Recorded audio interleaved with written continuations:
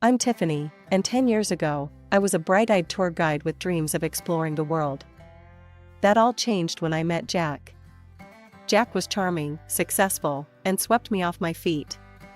We married quickly, and I thought I had it all.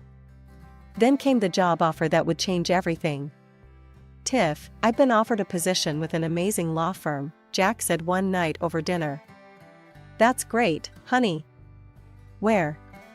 "It's in another city." "We'd have to move." My heart sank. I loved my job, but I loved Jack more. "What about my work?" Jack's face hardened. "Come on, Tiff. This is a once-in-a-lifetime opportunity. You can find work anywhere." I hesitated, but his excitement was contagious. "You're right. We'll make it work." We moved to a big house in a new city. At first, it was exciting. But as the boxes were unpacked, so was a new version of Jack I'd never seen before. "The house is a mess," he snapped one day, looking around our half-unpacked living room. "I'm working on it," I said, gesturing to the boxes. "Work faster. I can't live like this." I was taken aback, but brushed it off. He was under stress from the new job, I told myself. Weeks passed, and I struggled to find work. "Maybe I should look for a tour guide position here," I suggested one evening. Jack laughed. "Don't be ridiculous. You need to focus on the house. It's still not up to par." "But I want to work, Jack. I miss it." He stood up, towering over me. "I'm the one working, Tiffany. Your job is here, making sure everything is perfect for me. Got it?" I nodded, fighting back tears. This wasn't the man I married, but I was determined to make it work. Little did I know, this was just the beginning of a nightmare that would last for years. As the days turned into weeks, and weeks into months, I found myself trapped in a routine of endless housework and walking on eggshells.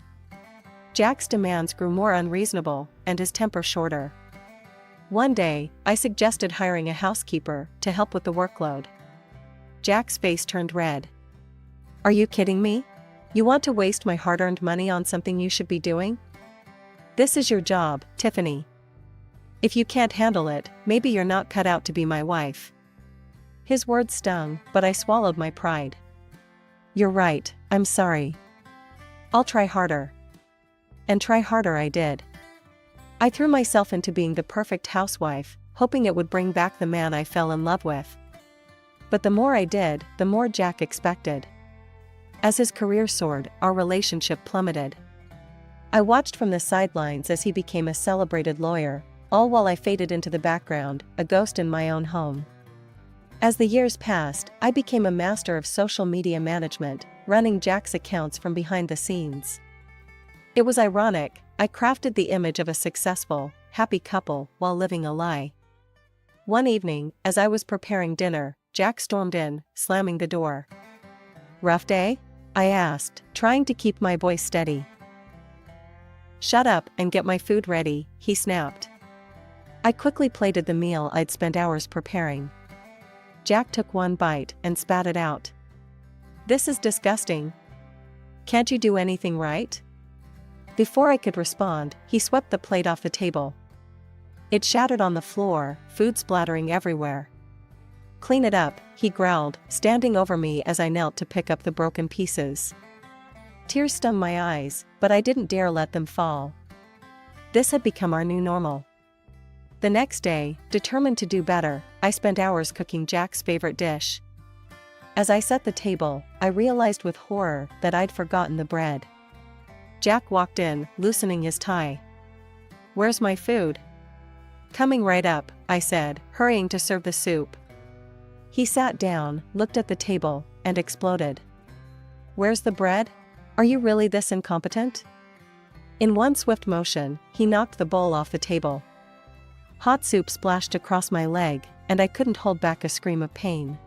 "God, you're so stupid," Jack muttered, leaving me alone with the mess and my burning skin. As I cleaned, sobbing quietly, a thought hit me like a thunderbolt. How did I let it get this bad? When did I become the shell of a person? The next morning, I woke up with a resolve I hadn't felt in years. I couldn't live like this anymore.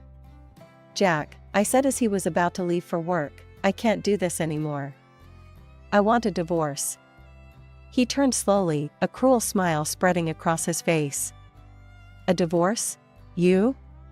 He laughed, a sound that sent chills down my spine. Listen carefully, Tiffany. If you leave me, I'll destroy you. You'll have nothing, no money, no reputation, nothing. You'll end up on the streets with the other worthless people. My breath caught in my throat. I'd seen the homeless in our city, their desperate faces haunting me. Could that really be my fate? Face it, Jack continued, you're nothing without me. Remember that. As he left, slamming the door behind him, I sank to the floor. He was right, I had no money of my own, no career, nothing. But I also knew I couldn't keep living like this. That day marked a turning point. I might not have had the courage to leave yet, but I started planning. I began secretly recording our interactions, saving abusive texts, and documenting everything. If I was going to escape, I needed proof. As I continued to document Jack's abuse, his career reached new heights. He won a high-profile case, and decided to celebrate at home with colleagues and friends. You'll prepare everything, he ordered. And don't even think about ordering in. I want it all homemade. For days, I worked tirelessly. I cleaned every inch of our house, prepared an array of dishes, and made sure everything was perfect. The night of the party arrived, and I was exhausted but ready. Jack came home early, carrying a bottle of wine. Here, he said, pouring me a glass. You look like you could use this. I was surprised by his gesture, but accepted gratefully. The wine tasted odd, but I chalked it up to my fatigue. Jack barely touched his glass. Go change, he said. Guests will be here soon. I headed upstairs, suddenly feeling dizzy. By the time I reached our bedroom, the room was spinning. I collapsed onto the bed, consciousness fading fast. When I woke, sunlight was streaming through the windows. Confused and groggy, I made my way downstairs. Jack's mother, Margaret, was in the kitchen. Her face contorted with disgust when she saw me. Well, look who finally decided to grace us with her presence, she sneered. You should be ashamed of yourself. What happened? I asked, my head pounding. What happened? You got drunk and embarrassed my son in front of all his colleagues, that's what happened. Margaret's voice rose with each word. He had to call me to help entertain, because his wife was passed out drunk upstairs. I felt sick. No, that's not possible. I only had one glass of wine. Oh, save it, Margaret cut me off. I always knew you weren't good enough for my Jack. Now everyone knows what a mess you are. As Margaret continued her tirade, fragments of memory surfaced. The strange taste of the wine. Jack barely drinking his. The sudden onset of dizziness. He drugged me, I whispered to myself, the realization hitting me like a truck. After Margaret left, I sat at the kitchen table, my mind racing. Jack was systematically destroying my reputation. If I tried to leave now, who would believe me? That day, I stepped up my efforts. I bought a new phone and hid it carefully. I started recording everything, Jack's drunken rants, his 3 a.m. cleaning demands, every insult and threat. One incident I recorded stood out painfully in my memory. It was my birthday, and I had hoped Jack might remember, might show a glimmer of the man I once loved. I'd prepared a special dinner, holding on to a foolish hope for a peaceful evening. Jack stumbled in late, reeking of alcohol. I hit record on my hidden phone as he entered the kitchen. What's all this? He slurred, eyeing the carefully set table. It's my birthday, Jack. I made dinner, I said softly. He laughed, a cruel, harsh sound. Your birthday? Who cares? Look at you, you fat cow. You don't deserve a celebration. I felt each word like a physical blow, but kept the camera rolling as he continued his tirade. And this? He gestured at the food. This is slop. You call yourself a wife? Can't even cook a decent meal." He swept the plates off the table, food splattering across the floor I'd scrubbed meticulously earlier. I flinched but didn't move, letting the camera capture every moment of his drunken cruelty. Another night, the recording caught an even more bizarre incident. It was 3 a.m. when Jack shook me awake roughly.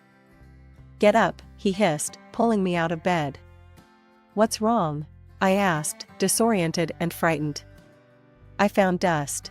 The house is filthy. Clean it. All of it. Now."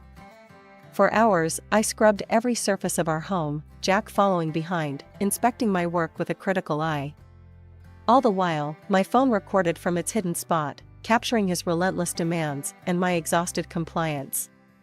These recordings became my secret weapons, concrete evidence of the abuse I endured. Each file was carefully saved and backed up, a digital archive of my suffering and, ultimately, my path to freedom. Meanwhile, I heard the whispers when we were out. Saw the looks of contempt from Jack's friends. But I kept smiling, playing the role of the perfect wife while secretly fighting for my freedom. Our wedding anniversary was approaching. Despite everything, a small part of me hoped things might improve. But I should have known better. The night of our anniversary, Jack came home in high spirits. "I booked us a table at the best restaurant in town," he announced. "Let's celebrate." I was wary, but agreed. Before we left, Jack handed me a glass of lemonade.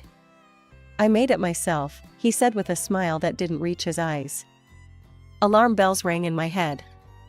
I pretended to drink, but when Jack stepped out to make a call, I quickly poured it into a nearby plant. As we drove to the restaurant, I felt myself getting drowsy.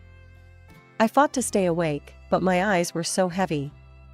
The next thing I knew, I was being roughly pulled from the car. Through half-closed eyes, I saw Jack sneering down at me. "This is where you belong," he spat, throwing my purse far into the darkness. "With the other worthless people." I heard the car door slam, tires screeching as Jack sped away. My heart raced as I took in my surroundings. Trash littered the streets, and shadowy figures lurked in the darkness.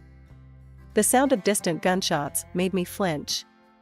I was alone, dressed up and wearing jewelry, in the most dangerous part of town. Jack's plan was clear. He hoped I'd fall victim to the criminals who called this area home. Panic threatened to overwhelm me, but I forced myself to think. I spotted a small convenience store, its flickering neon sign a beacon of hope in this desolate place. I ran towards it, my heels clacking on the cracked pavement. Bursting through the door, I startled the woman behind the counter. "Please," I gasped, "I need help. Can I use your phone?" The woman, her name tag read Rosa, looked at me with a mix of concern and suspicion. "What happened to you, honey?" In a rush, I explained my situation. Rosa's eyes widened, and without a word, she locked the store's front door. "Can't have any troublemakers coming in," she explained, handing me her cell phone. "Make your call, sweetie. You're safe here." With shaking hands, I dialed my friend Sarah's number, silently thanking my good memory. Sarah answered on the third ring. "Sarah, it's Tiffany. I need help," I said, my voice breaking. "Tiff? What's wrong? Where are you?" I gave her the store's address, and she gasped. "That's the worst neighborhood in the city." "What are you doing there?" "Jack, he left me here. Please, can you come get me?" "I'm on my way. Don't move." As I waited, Rosa kept me company, her kindness a stark contrast to the cruelty I'd become accustomed to. "Thank you," I said as Sarah's car pulled up outside. "You may have saved my life tonight." I slipped off the expensive ring Jack had given me years ago. "Here, please take this." "It's not much, but..." Rosa shook her head. "Keep it, honey. Use it to start your new life." Tears in my eyes, I hugged her before rushing out to Sarah's car. As we drove away, Sarah turned to me. "Tiff, this has to stop. You need to fight back." "How?" I asked, feeling defeated. "He has all the power, all the connections." "Not all of them," Sarah said firmly. "I have a friend who works in television. It's time to tell your story. The next few days were a whirlwind. Sarah's friend, a producer named Lisa, arranged for me to appear on a popular talk show. The lights were blinding as I walked onto the set. The host, a kind-faced woman named Angela, greeted me warmly. "Tiffany, thank you for being here," she said. "Can you tell us your story?" Taking a deep breath, I began to speak. I told them everything: the years of emotional abuse, the manipulation, the incident in the bad neighborhood. As I spoke, I saw the shock and sympathy on the audience's faces. "Why are you coming forward now?" Angela asked. "Because I can't be silent anymore," I replied, my voice stronger than I'd ever heard it. "There are so many women out there suffering in silence, thinking they're alone. I want them to know they're not." As the show ended, my phone exploded with notifications. My story had struck a chord, and people were rallying behind me. But amidst the supportive messages, one text made my blood run cold. It was from Jack. "You'll regret this, you lying scum. I'll destroy you." I showed the message to Sarah, my hands shaking. "Don't worry," she said, a determined glint in her eye. "He just made his biggest mistake. We've got him now." As we left the studio, I realized this was just the beginning. The real battle was about to start, and for the first time in years, I felt ready to fight. The days following my TV appearance were a blur of activity. My phone rang constantly with calls from journalists, lawyers, and women's rights advocates. Jack's threats continued, but each one only strengthened my resolve. One morning, I received a call from a number I didn't recognize. "Is this Tiffany?" a woman's voice asked when I answered. "Yes, who's this?" "My name is Amanda Reeves. I'm a lawyer, and I'd like to help you with your case." I hesitated. "I appreciate the offer, but I can't afford a lawyer." "You misunderstand," Amanda said. "My firm wants to take your case pro bono. We've been looking for a way to take down Jack Peterson for years. Your story could be the key." It turned out that Jack had made many enemies over the years. Amanda's firm represented several clients who had lost cases to him, some under suspicious circumstances. They saw my case as an opportunity to not only help me, but to expose Jack's unethical practices. I met with Amanda and her team the next day. As I shared my evidence, the recordings, the text messages, everything, their eyes widened. "This is gold," Amanda said, reviewing the files.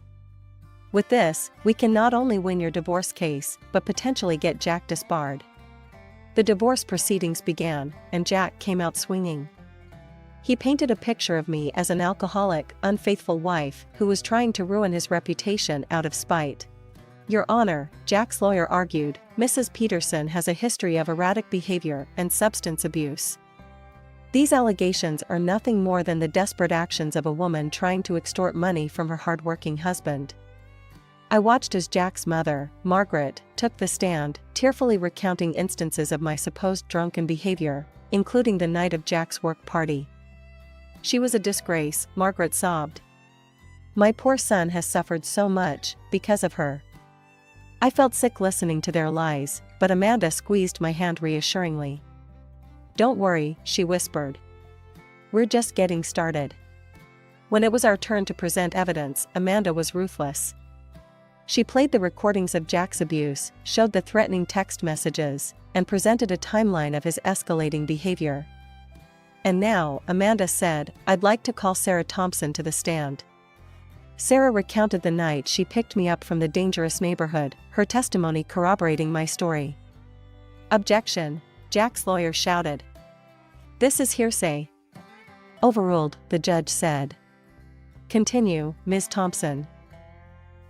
Next, Amanda called Rosa, the convenience store clerk, to testify. Rosa described my state when I entered her store that night, and how she had to lock the door for my safety. Jack's face grew redder with each testimony. I could see him seething, his carefully constructed facade crumbling. The final blow came when Amanda presented a toxicology report. "Your Honor, we had Mrs. Peterson's hair tested for long-term drug exposure. The results show traces of sedatives, consistent with her account of being drugged by Mr. Peterson. The courtroom erupted in murmurs. Jack leapt to his feet, shouting, "She's lying. You can't believe this."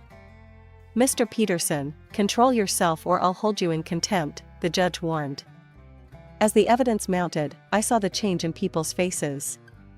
The doubt was replaced by shock and sympathy. Even some of Jack's friends in the gallery looked disgusted. The judge called a recess to review all the evidence.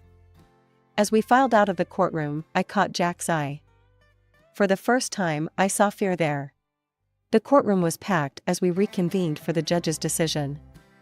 The tension was palpable, and I could feel Jack's glare burning into the back of my head. Judge Harris cleared his throat. "After careful consideration of all evidence presented, this court finds in favor of Mrs. Tiffany Peterson." A collective gasp filled the room. I sat there, stunned, as the judge continued. "Mr. Jack Peterson is hereby ordered to pay alimony, surrender 50% of all joint property, and provide financial compensation for emotional damages. Furthermore, Mr. Peterson will cover all legal costs associated with this case." Jack exploded. "This is outrageous. I'll appeal. You can't do this to me." "Mr. Peterson," the judge's voice boomed, "I suggest you control yourself. Given the evidence presented, you should consider yourself lucky that criminal charges haven't been filed." As Jack was forcibly calmed by his lawyer, the judge turned to me. "Mrs. Peterson, this court is imposing a restraining order against Mr. Peterson. He is not to approach you or contact you through any means. Do you understand?" I nodded, tears of relief streaming down my face. The next few weeks were a whirlwind. I moved out of the house I had once considered a prison, into a small but cozy apartment. For the first time in years, I felt like I could breathe.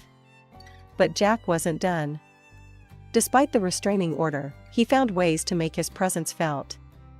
Mutual acquaintances would relay his threats, and I'd occasionally spot his car driving by my new place. "We need to do something," Sarah said one evening as we were having coffee. "He's not going to stop." I nodded, an idea forming. "You're right. And I think I know how to end this once and for all." I still had access to Jack's social media accounts. He'd been too arrogant to change the passwords, probably assuming I wouldn't dare touch them. It was time to use that against him. Over the next few days, I meticulously documented our entire divorce process on his accounts. I shared court transcripts, audio clips, and my own story. The response was overwhelming. Jack's carefully crafted public image crumbled overnight. His firm, unwilling to be associated with the scandal, asked for his resignation. Clients dropped him in droves. When Jack realized what was happening, he went ballistic. He showed up at my apartment, pounding on the door. "You scum," he screamed. "I'll kill you for this." I called the police, and they arrived quickly. Jack was arrested for violating the restraining order, his threats caught on my phone's voice recorder. As they led him away, I saw the man I had once loved, now a shell of himself, broken by his own cruelty and arrogance. In the following months, I heard through the grapevine that Jack had moved to another state, trying to rebuild his career. But his reputation followed him, and he struggled to find work. As for me, I was rebuilding too, but in a much different way. The publicity from the case led to an opportunity one never expected. A local charity that helped women escape abusive relationships reached out to me. "We'd like you to come work with us," the director said. "Your experience could help so many women." I accepted without hesitation. For the first time in years, I felt like I had a purpose.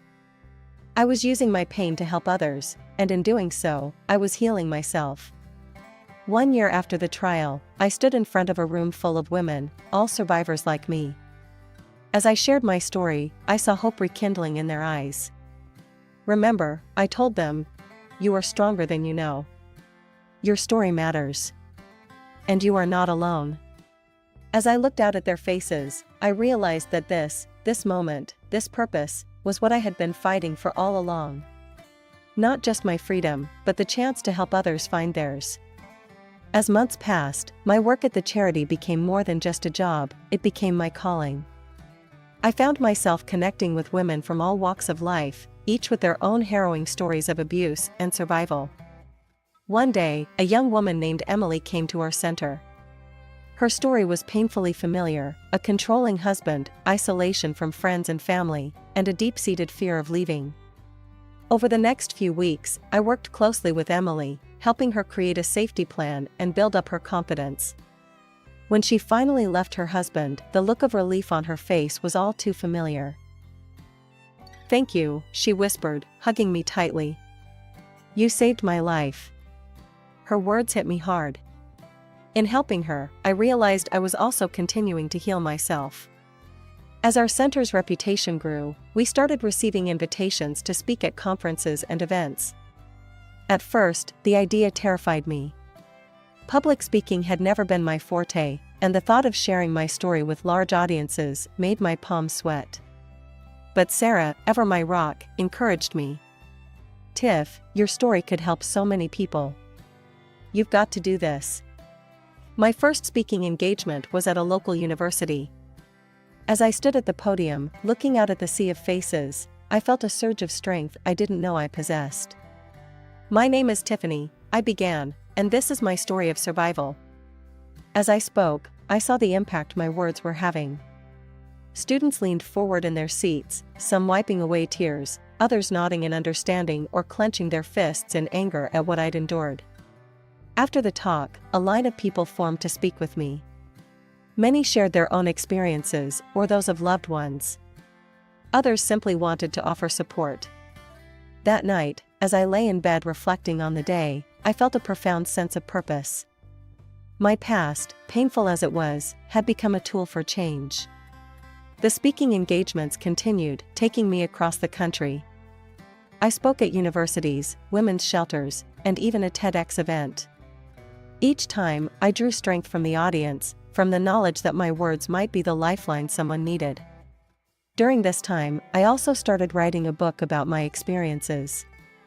It was a grueling process, forcing me to relive some of my darkest moments. But it was also cathartic, allowing me to process my trauma in a new way. The day my book was published was surreal. Seeing my name on the cover, my story laid bare for the world to read, filled me with a mix of terror and pride. To my amazement, the book resonated with people. It climbed the bestseller lists, and I soon found myself doing interviews on national television. During one such interview, the host asked me a question that made me pause. "Tiffany, after everything you've been through, do you have any regrets?" I thought for a moment before answering. "I regret the years I lost to fear and abuse. But I don't regret my journey. Every step, every struggle, led me to where I am now, able to help others find their strength. So no, I wouldn't change a thing." As I continued my work, I realized that my story was far from over. Each day brought new challenges, new opportunities to grow and to help others. The scared, silenced woman I once was had become a voice for the voiceless, a beacon of hope for those still trapped in the darkness I had escaped.